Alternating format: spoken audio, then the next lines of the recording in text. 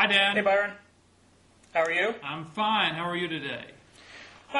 All right. It's, for once, not 90 degrees and really, really humid up here, so no complaints Well, there. you know, I just noticed something. I mean, just this very second, I'm doing this in a different part of my house than I normally do it, and I think this will probably drive Bob right insane. I've just noticed there's a ceiling fan spinning around behind my head. So, but you know, Washington is a sleepy southern town, and it is the last day of July, so here we are. Maybe if we're lucky, we can get the tech people to shoot your side in black and white, so, you know, you have that nice sort of film noir look. Yeah, it's a good old-fashioned, kind of a 40s blogging heads look. That would be an awesome idea. I'd want to see that. You know, can you imagine? You'd have to have like that music in the background. We'd both have to be smoking. Yeah. Just like they did blogging heads in the 40s. I mean, it was just... I could do the Bogart. That would be awesome. So cool. Well, you know, here we are. John McCain looked nervous. We're giving these creative ideas away for free. You know, just think about that. That's true. Listen, the first topic for us today is something that I actually put up on The Corner, which is our group blog at National Review Online. And it is the latest Gallup poll, which was sent to me this morning. And one question I thought was very, very interesting, which is it asked 1,000 adults, not registered voters or likely voters, but adults, how much confidence do you have in this or that presidential candidate to handle this or that specific issue? And I had numbers on 3 issues. The first was the war in Iraq. Second one was the general issue of terrorism. Third was the economy, and the fourth was health care. And the numbers I thought were actually quite interesting because it showed that Republicans still do have their strength on the issue of terrorism.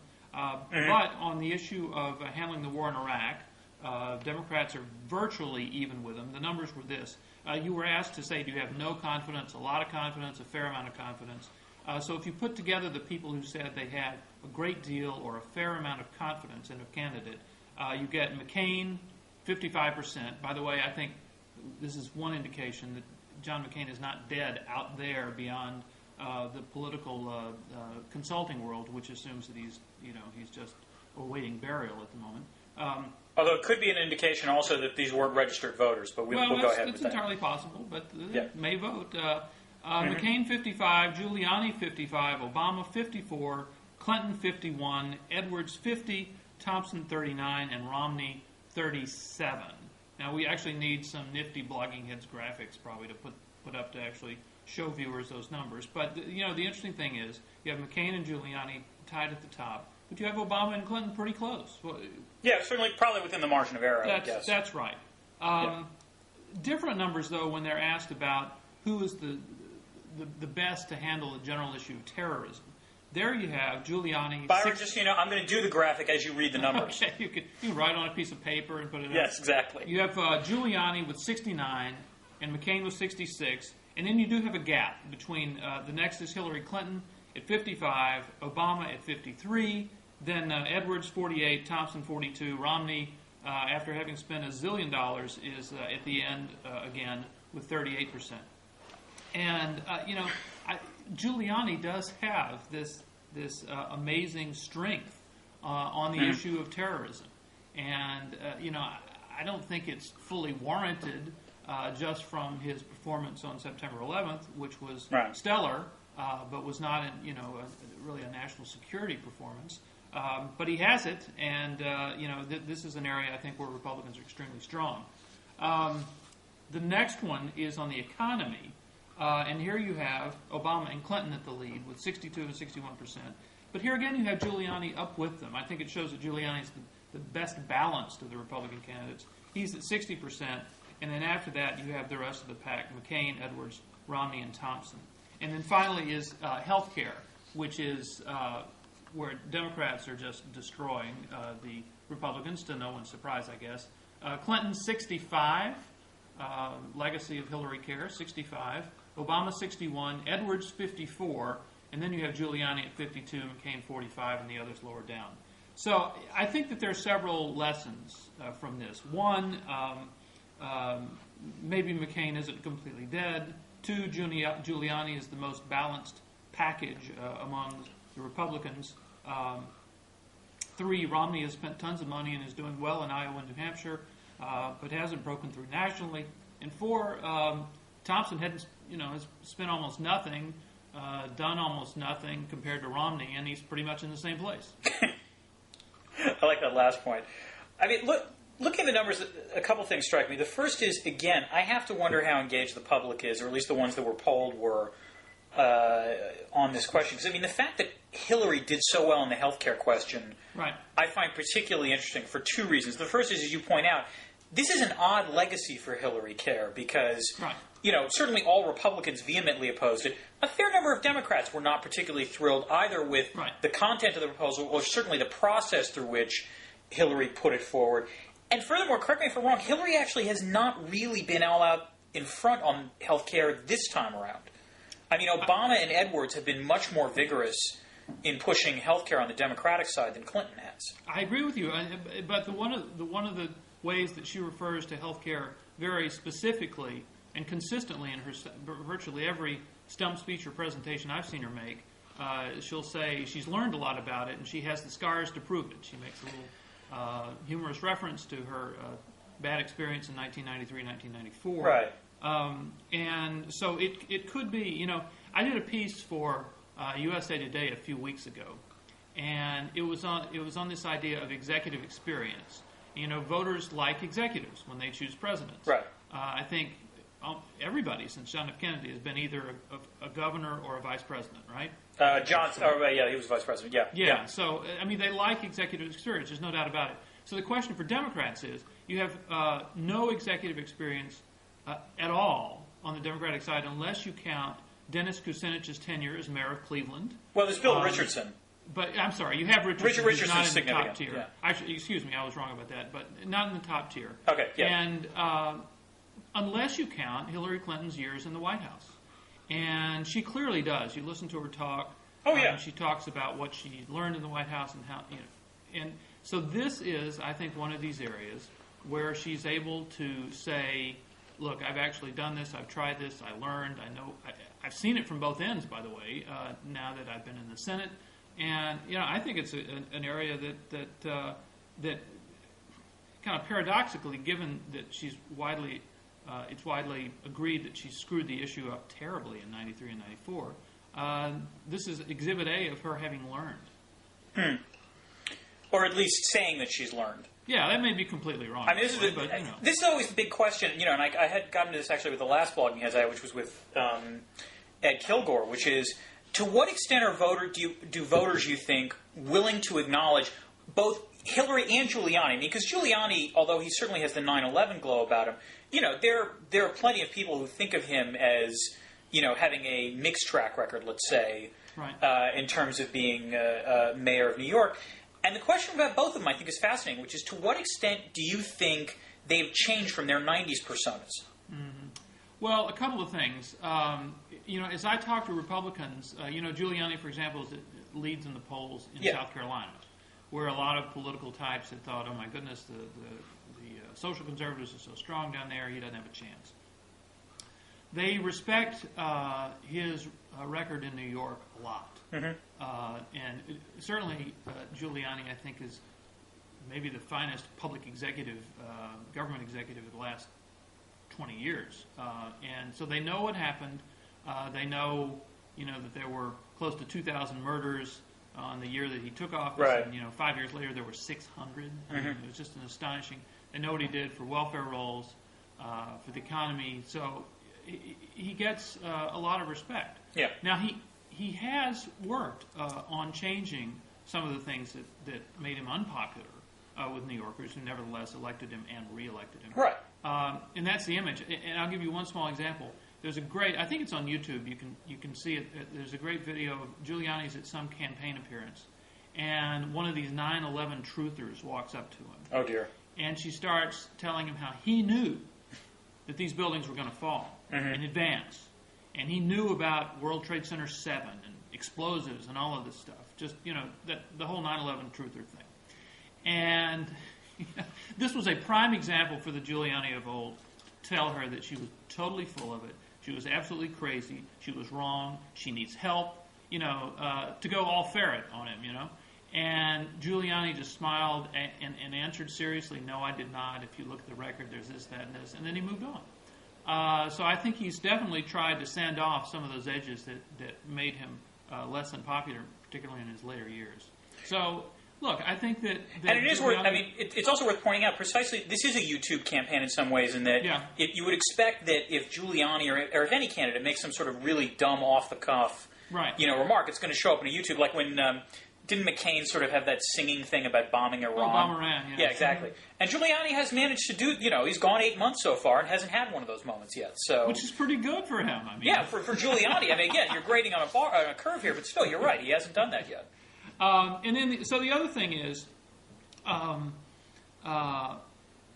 this handling of the war thing. I think that the fact that McCain, Giuliani, Obama, and Clinton are tightly packed within 4 points of each other just indicates basic divisions in the public opinion about what to do now. Wouldn't you say that? It indicates. Say that last part. It indicates what? It reflects the basic divisions between the two parties on what should be done now. It seems to me.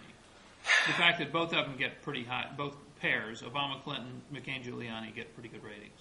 I think it actually might reflect the way the public thinks about war, which, if you take a look at polling, and you can go back to Vietnam and you find similar numbers there, which is Americans generally are very uncomfortable with the idea of limited war, with the idea of prosecuting a campaign where you don't take the gloves off, with sort of the goal of achieving either a stalemate or a sort of limited arrangement. They don't like limited war. Or just winning. What? Or just winning. Right. Well, no. The point is, they either like winning or withdrawing. Right. The Americans are very clear. They don't like a sort of moderated strategy where you say you're going to use force. You're going to use force to advance a political goal, which is not complete unconditional surrender, but rather achieving a stable Iraq, for example, as opposed to a democratic Iraq. Right. So the problem is that my suspicion is that the public either sees McCain and Giuliani, people who will be thought of as taking the gloves off and pursuing full-throated victory, and then Clinton and Obama are perceived as the opposite of saying, look, we're not going to win, so let's get out now. Mm-hmm. Well, that would be my interpretation. Well, it's been my feeling that talking to Republicans, there are a lot of Republicans who are very unhappy with George W. Bush right now over the war. Yeah. But they're not unhappy with Bush over the war for the same reasons that MoveOn.org is unhappy with Bush over the war. They're unhappy because they think we're not winning, but not because they think we should get out, I assume. Exactly, because we have not won. Right. And they also believe, and I think there's a fair amount of evidence to back them up, that Bush did not go in with the full force that he could have, and that there were restrictive rules of engagement that in some ways tied the hands of American forces. This is very much a Vietnam kind of attitude. Right.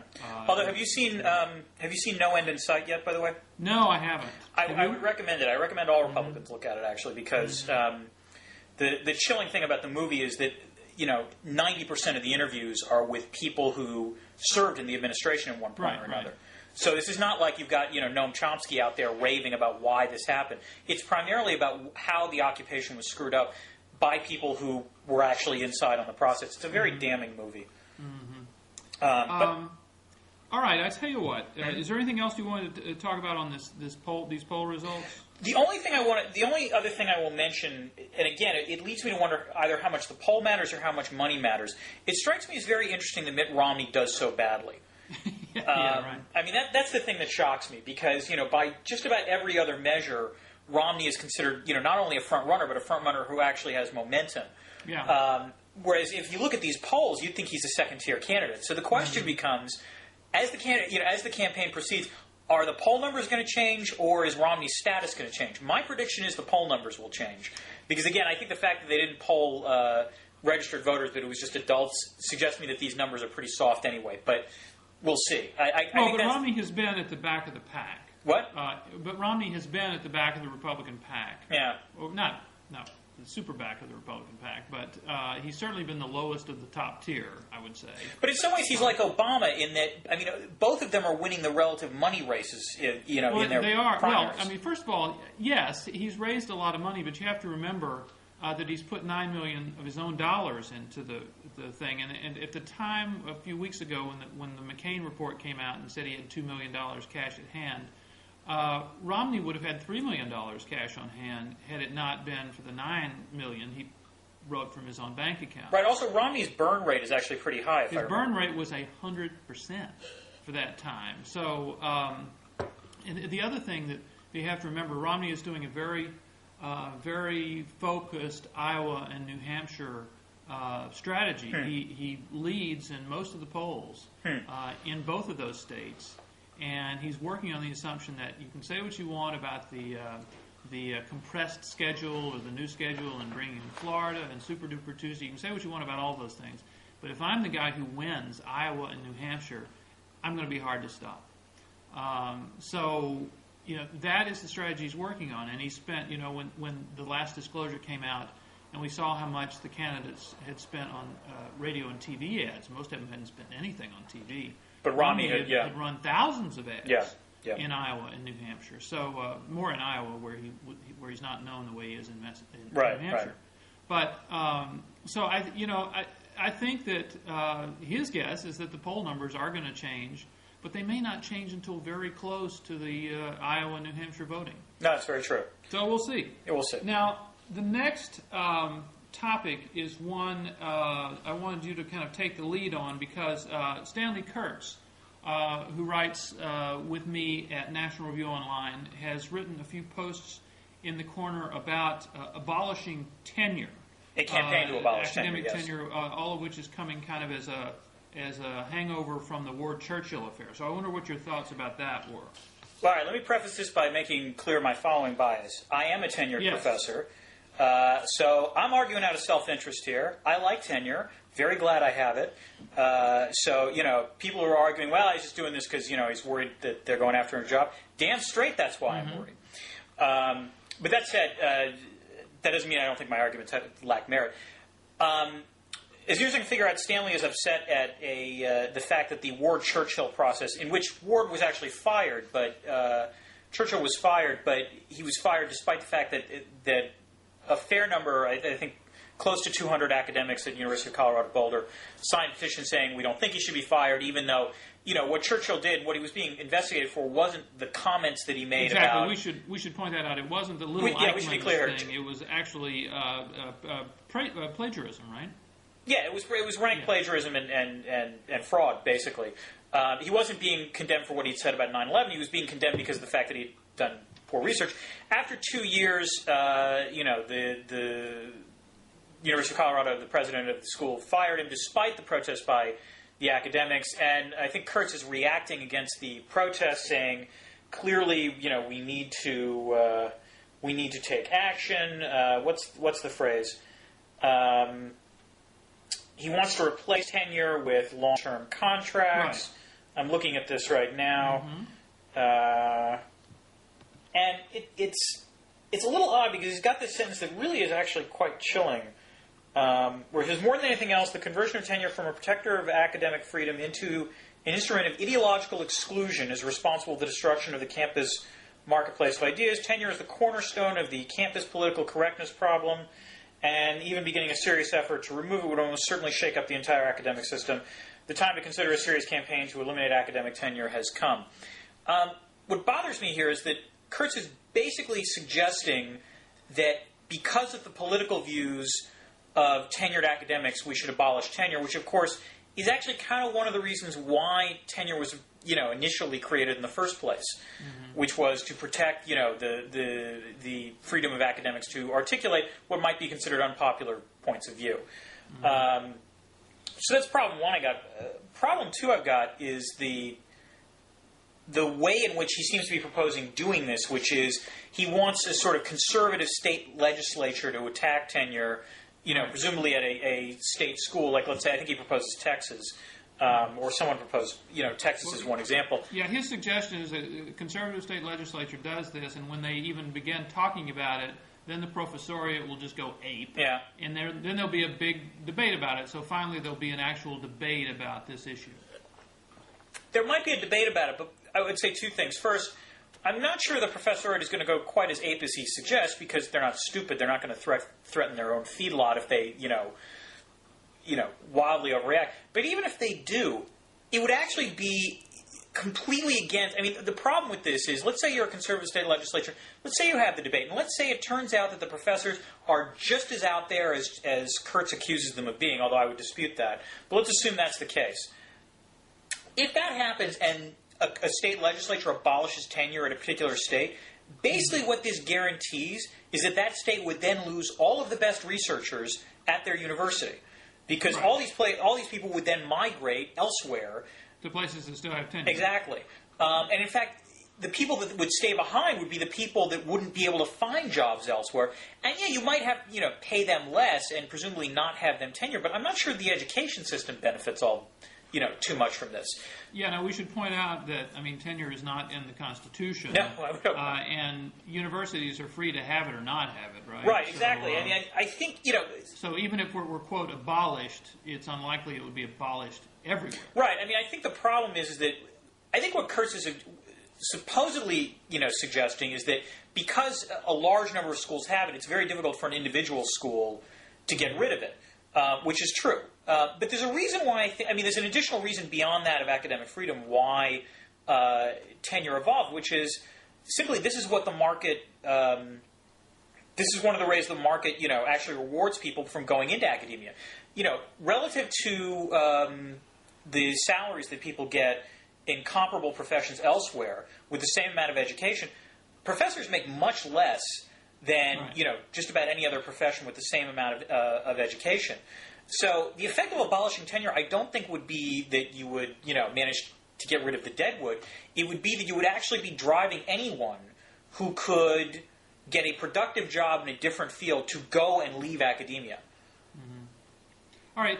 Well, let me ask you, and I'll certainly let Stanley speak for himself in any future debates, but, you would agree, this is somebody who is not in academia, you would agree that there seems to be a fair amount of ideological consistency on some campuses, and it certainly seems that way to me. And the question to you is, what role, or does tenure play a role in that? To the first point, I would actually, it's not so much that there's ideological uniformity, I don't think that's true. What I do think is true is that there is a large gap in terms of the political, there frankly just aren't a lot of conservatives in certain branches of the academy. That doesn't mean, therefore, that everyone else is uniform. Why is that, do you think? Are they not as smart? Or No, that's not true. That's been suggested by some. That's horseshit.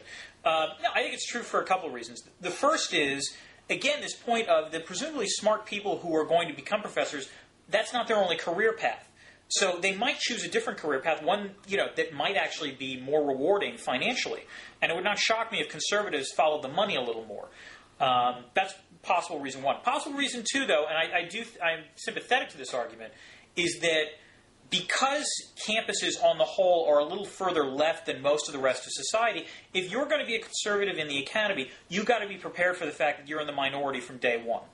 Mm-hmm. And, some people aren't necessarily comfortable with that. Just as some people would. Let's say there's this imbalance. Okay, that's fair. A political or ideological imbalance. And then, so the question, again, is, does tenure play a role in that?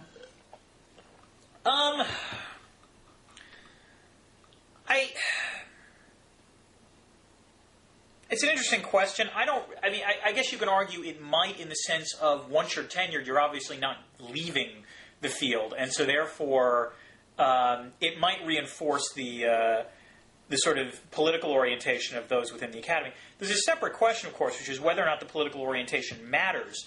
Do you really care if, for example, your math professor is a Democrat or a Republican? Depends on what he's saying in the classroom, I guess. Right, exactly. And this is where I might be a Republican, but this is where I will defend my academic brethren, which is, I would say 99% of most professors who walk into the classroom are not going to suddenly spout off what their political views are, to the class, because most of them are professionals about this. You basically go in and your goal is to teach whatever your subject knowledge is.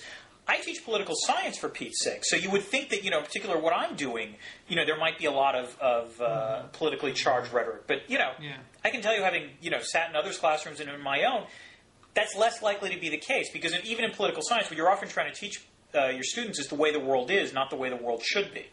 So that's partly what's going on.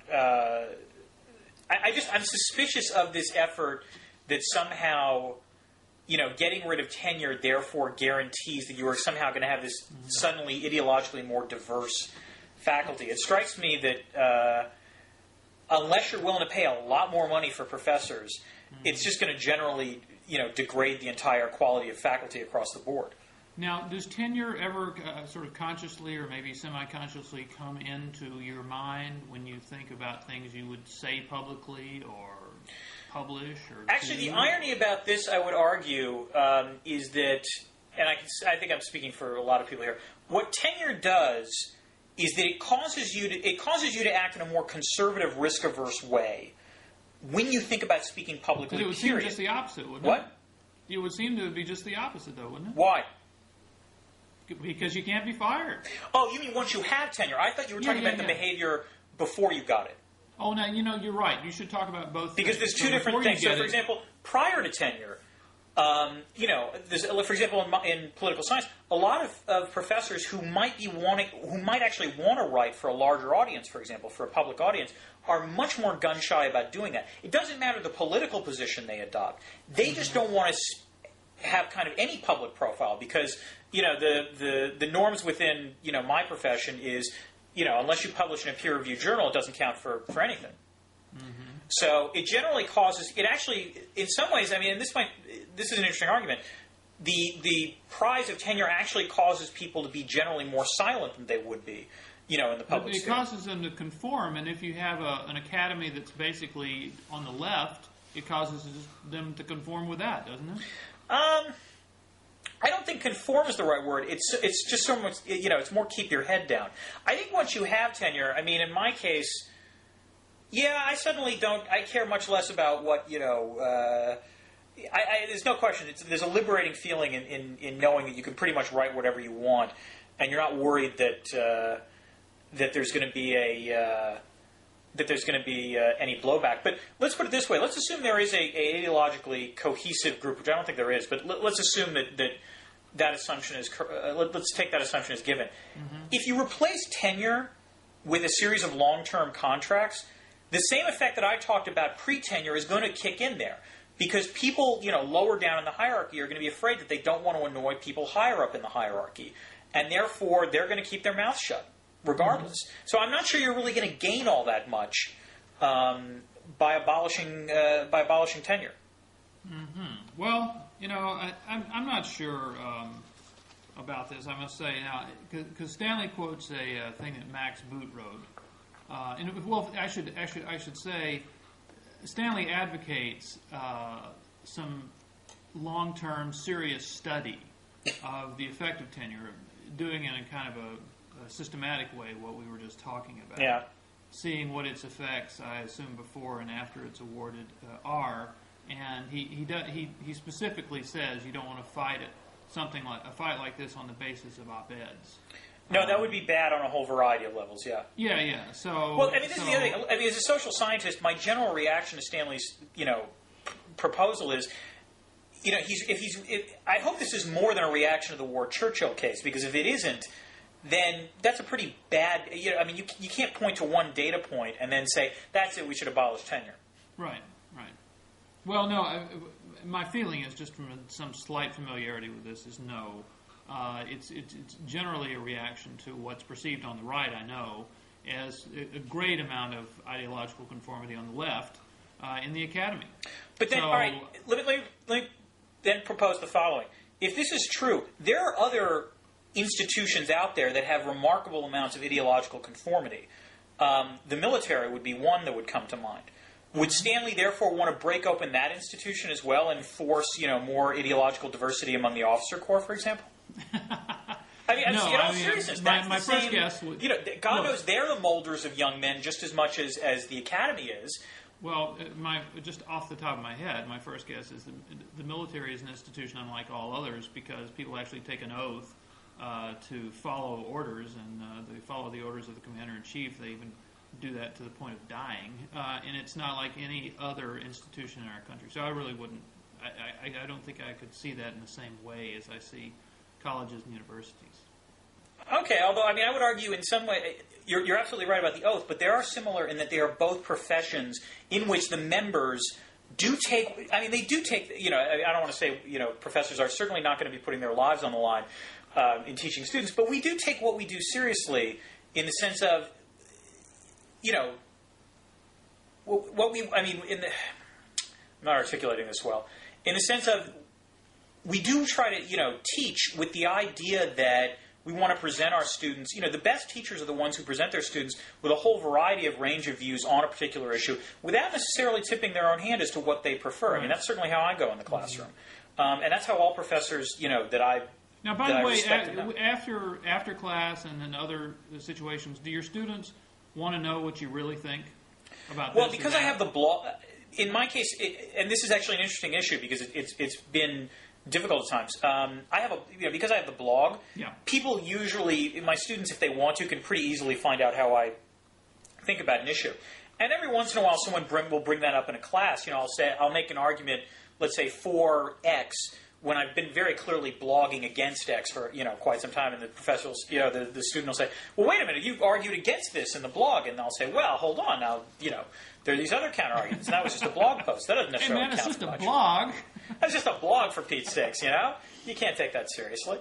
All right, well, listen, on to the next subject, which is something that's been talked about an amazing amount in the last 24 hours, which is the op-ed published in the New York Times on Monday by Michael O'Hanlon and Ken Pollack, entitled "A War We Just Might Win," in which they go back to, and these are two initial supporters of the war and very serious critics of the prosecution of the war. They go back to Baghdad. I think they said they spent 8 days there, I believe. And they report significant progress in the surge and basically give the case for more optimism about the surge as we wait for General Petraeus' report in September. Now, this has set off a huge amount of talking. I know in National Review it's been cited a lot already as something that could change the conversation. Politico today had a fabulous headline called "Bloggers Unleash Fury on Optimistic Op-Ed." Yes. And Democrats are having to talk about this, especially. And so, anyway, it has brought up something I think that's really, really quite interesting, because there was a story pretty much at the same time in the Washington Post, .com. I'm not sure if it was actually in the paper. But anyway, they talked with James Clyburn, who's the Democratic whip in the House. Right. And he suggested that the report could be a problem for them. Likely would split Democrats in the House and impede his party's efforts to press for a timetable to end the war. Of late, this is Dan Baltz and Chris Cillizza writing, of late there have been signs that the commander of U.S. forces might be preparing something more generally positive than was previously thought. Clyburn said that would be, quote, a real big problem for us. And I think this, shows where Democrats and some Republicans, but especially Democrats, are about the war. We have this situation where a lot of what Bush has done has been enormously frustrating. We're now in year 5 of this war, and yet there could be some progress now. And, it would seem to me that the American national interest would be in favor of good progress happening in Iraq. And yet, if you have those good things happening, it's a problem for Democrats, meaning politically, I think. So, this really indicates, I think most people had thought, including me, that you would see from Petraeus and Ryan Crocker, the ambassador, a very, very mixed bag in which each side would be able to make the case that it wanted to make out of it. But if it is more positive, Democrats could have a real problem. I guess the first question is, to what extent do you think the op-ed... Because the one thing that bothered me about the op-ed is they don't talk at all about the politics within Iraq. Right. They say the situation on the ground is improving, but and that's great. Don't get me wrong. I mean, it's always it's good to hear that that the changes in strategy are working. Yeah. The question is whether this, will lead to, constructive long-term changes. Right. But we should point out that the whole point of the surge was to essentially buy time with a little more security for the political process to begin to work. So the whole point of the surge was that the kind of progress that O'Hanlon and Pollock talk about is the predicate for this hope for political progress.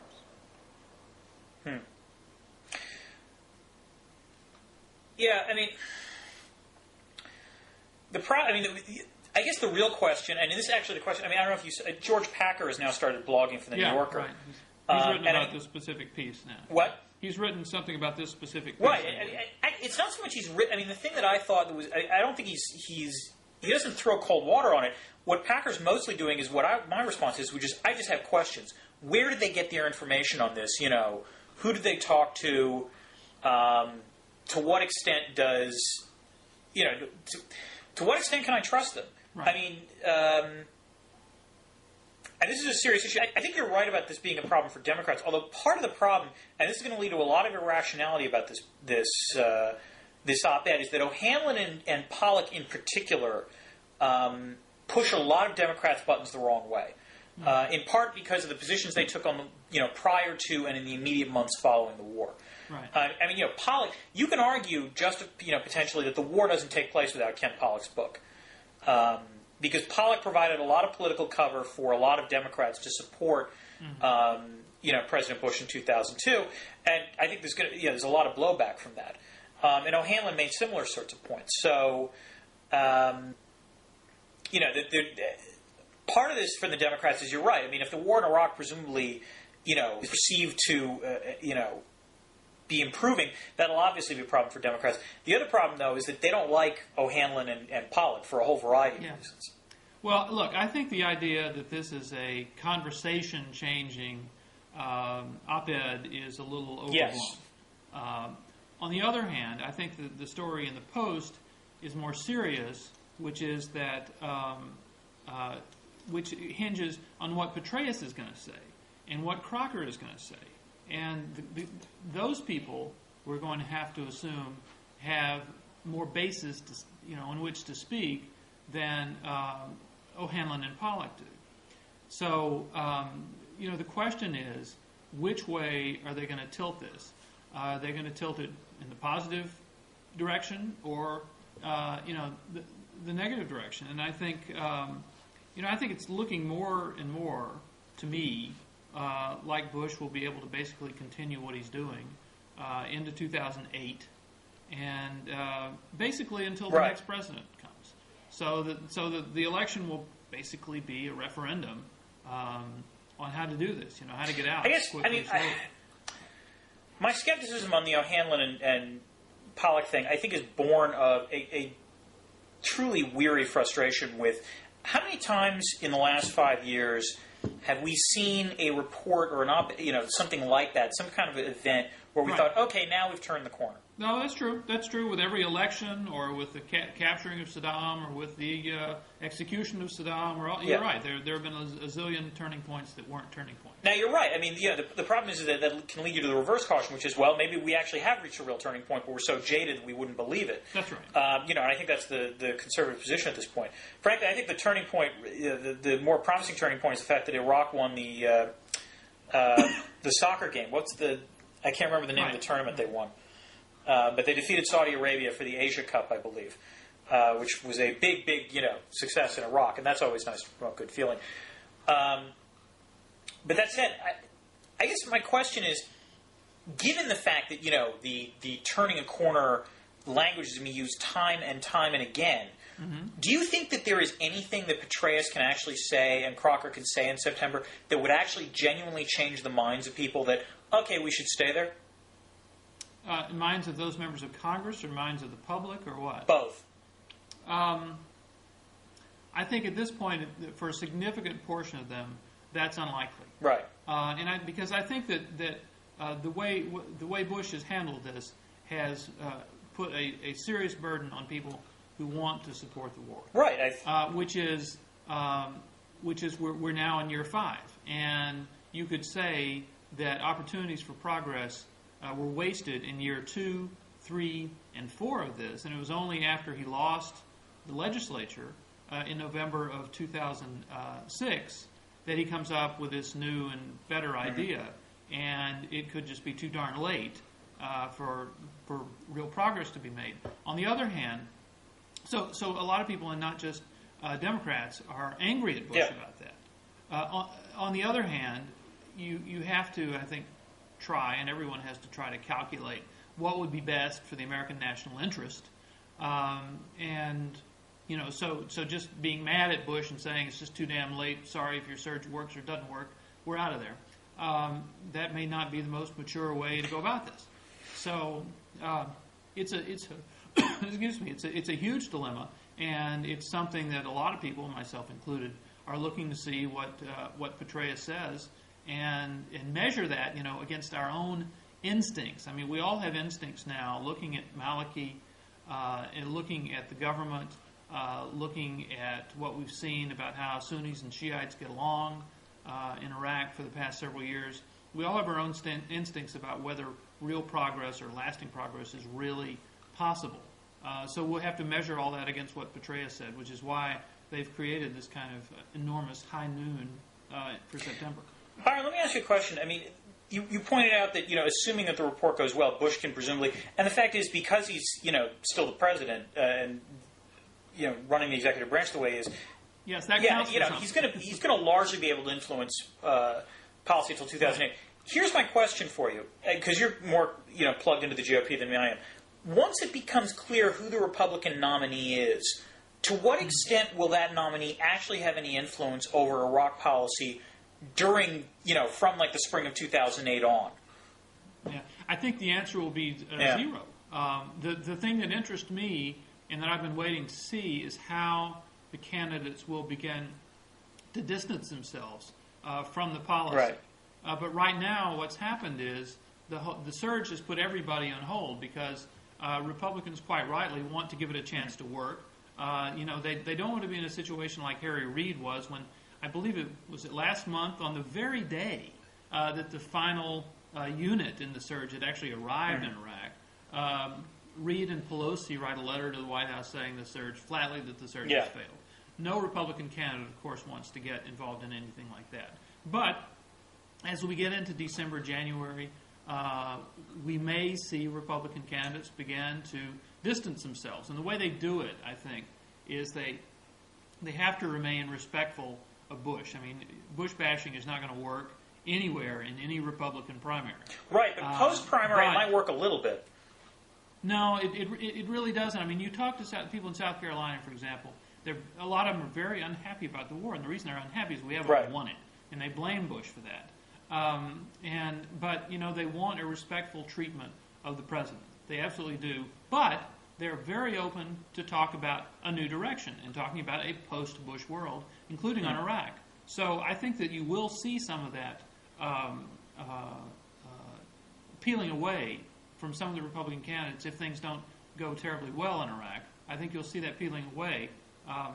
But to get back to your question, I don't think that'll have any real influence on what Bush does. I mean, Democratic majorities in the House and the Senate are not particularly going to change it. So I don't think a Republican candidate would change it either. That makes sense. I mean, there's an interesting LA Times piece over the weekend by Doyle McManus. Then this ties actually back into your first point about the poll evidence that shows my suspicion is the Republican, the GOP is just going to focus. They're going to focus less on Iraq and much more on the war on terror. In part because Democrats are reluctant to talk about the war on terror because it's tougher. It's a tougher issue for them. Iraq is easy, politically. Let's face it. I mean, well, just look at the poll we started out with. I mean, Republicans are strong with it. Because it's tougher for Democrats to walk the line on war on terror because it's much easier for them to sort of, bash Bush on the Iraq strategy. But if you talk about the war on terror, then they actually have to start, advocating more positive measures, and it's not clear their base is going to be thrilled with that either. In the same way that the Republican base is not thrilled to hear, would not be thrilled to hear Bush bashing. So, it'll be interesting going forward to see whether or not developments on the ground actually do change the contours of the debate. Yeah, but as far as the O'Hanlon Pollock thing, it's made an impression. But what really matters, of course, is the Petraeus stuff. Now, finally, our last topic today concerns YouTube, which we've mentioned once or twice already in this. And the story being that Republican presidential candidates are reluctant to be involved in the kind of YouTube debate that we saw in Charleston on Monday with which you were at, which I attended. By the way, I did go, and it's funny.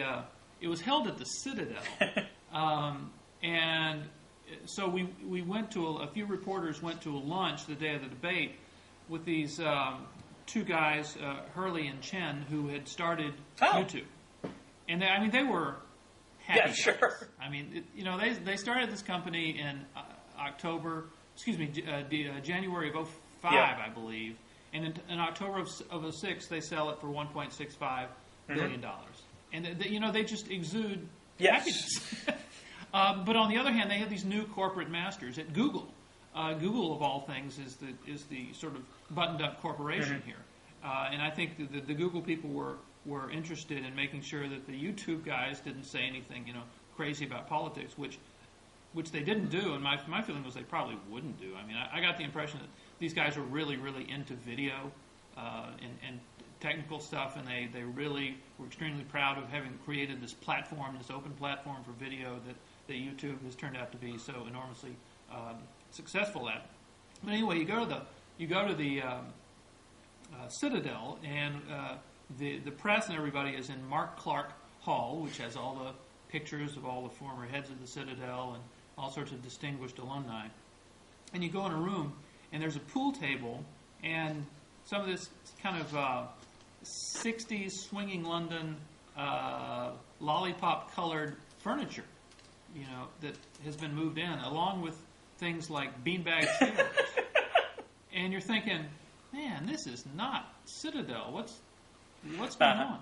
And then you go to the spin room where the a lot of the surrogates and some of the candidates come after the debate, and they've set up this other area with these beanbag chairs and stuff. And as it turns out, that was the Google people, sort of making us all feel at home in the Citadel, and there's an F4 that sits out on the lawn in front of Mark Clark Hall, and a couple of giant artillery pieces, and the Citadel is the Citadel. But anyway, so they have this debate, and there's some debate about whether it was really all that groundbreaking or revolutionary. To me, it seemed mostly like what we've seen in town halls, except people were speaking via video as opposed to actually being live. But the question is now, Republicans don't want to do it. Mitt Romney has said he doesn't want to do it. He said something like, there are more important things in politics than answering questions addressed by a snowman. And Giuliani said that he had this scheduling conflict for this debate that was going to be September 17th in Florida. So now, correct me if I'm wrong, I think there's talk about moving it later to see if Republicans might agree to do it. My position is that they probably ought to do it. Well, I would say two things. First, also, the other contrast here is that the Democrats are all going to yearly coasts, which is the sort of the second version of this convention that the Daily Kos site put together, which is basically sort of a agglomeration of what has been labeled the netroots in terms of the left. Sort of collection of bloggers and other online activists, and that Democrats are certainly willing, that the Democratic leaders are the candidates are trying to cater to, where, again, you wouldn't see a similar sort of thing happening on the GOP side. Right. My instinct says that if they're averse to a YouTube debate where at least CNN presumably has edited, and chosen which of these videos to show, they're not really prepared for the general election then, because... Well, a couple of things. One, I should say, I was at Yearly Coast last year in Las Vegas. Right. I'm working on what I hope is a big story for the next National Review, and I'm not going to be going this year. I was basically very well treated last year, so I want to tell everybody I'm sorry I can't be with you in Chicago, but I'm sure they'll miss me terribly. They will, you know that. But I'm sure they might have like a dummy in your honor. But anyway, on the YouTube thing, it seems to me, if I had to characterize the questions, I haven't gone over them specifically, but my impression from the ones in Charleston is the ones that were challenging to the Democrats were usually challenging from the left. Right. Why aren't they doing more on health care? Why aren't they getting out of the war faster? Yeah. That kind of stuff. And are the CNN Google people going to have a lot of questions that challenge the Republicans from the right? Yeah. I don't know, because one thing we were during this lunch I told you about with the Google guys. I mean, they said that they were really adamant to point out that people who watch YouTube are all across the demographic spectrum. But on the other hand, the people who actually upload videos onto YouTube are overwhelmingly young. Yeah. So, are we going to get a lot of questions from young right-wingers who are, unhappy that Giuliani hasn't signed on to a fair tax pledge or, something like that? Maybe we will, maybe we won't. My feeling is that Republicans have, they had their first or second debate was moderated by Chris Matthews, who's been extremely critical of Republicans for the past few years, and I don't think they want to get in a position of the Democrats and Fox News. So I think have been kind of disgraceful in using Fox as a rallying point for their Daily Kos crowd, and so I guess boycotting all debates that Fox has anything to do with. So I would kind of turn around what you said. If they can't deal with Fox News, they're going to be in big trouble come the general. No, that's a fair point. I absolutely feel that even if these questions come at them from the left, or maybe that'd be a good thing actually for a YouTube debate, Republicans should show up for it, because I think they can easily handle it. Well, as you said, I think the most revealing. I have two thoughts on the phenomenon. First of all, have any of the people who pose questions then have they then posted YouTube responses to what the candidate said? I'm kind of curious about that. They must have, but I have to confess, I don't know. See, it strikes me as interesting because presumably part of the whole attraction of YouTube is that you can also, post responses to these videos. Right. And it would strike me, I'm surprised that none of the people who asked the questions in the first place had not, come back with, well, gee, I thought, Biden's answer was dismissive, but I thought Obama's answer was really good. Because actually that would be kind of interesting to see. Well, we should point out that I believe there were two questioners that CNN had actually brought in. Oh, okay. To the debate with varying degrees of effectiveness. One, it worked well the first time, which was questioner asked question via video. Candidate answers, and then Anderson Cooper says, well, we have Mr. Smith with us right here in the audience. Oh, okay. And we'd like to ask him whether you feel your question has really been answered. And the first guy got up and said, well, I got distracted. I didn't quite hear what they said, which was, live television. But the other one was, I'm trying to think, I think the other one may have been the guy who asked the famous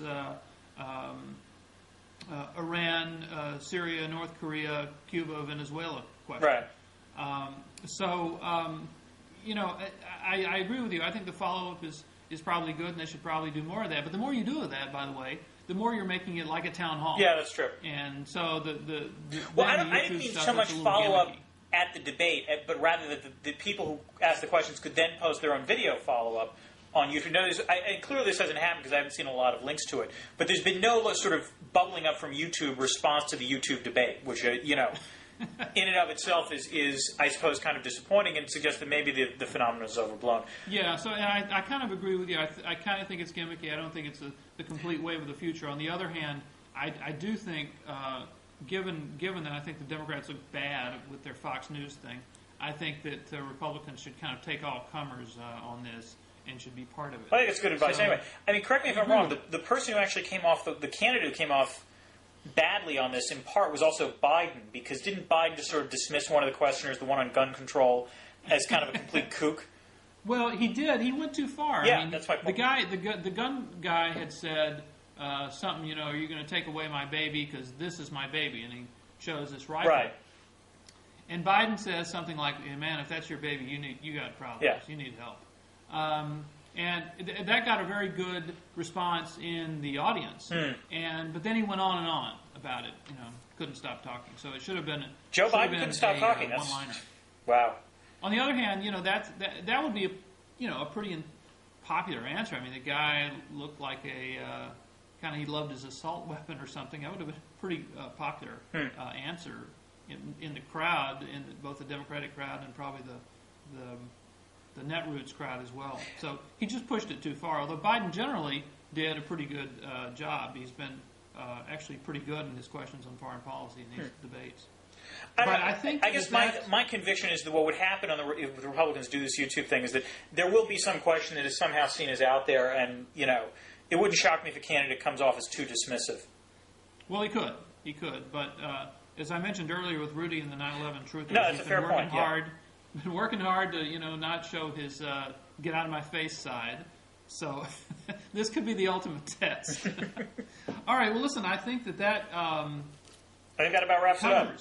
That covers our list of topics for today, and so I think we should wrap this up and hope to see you again on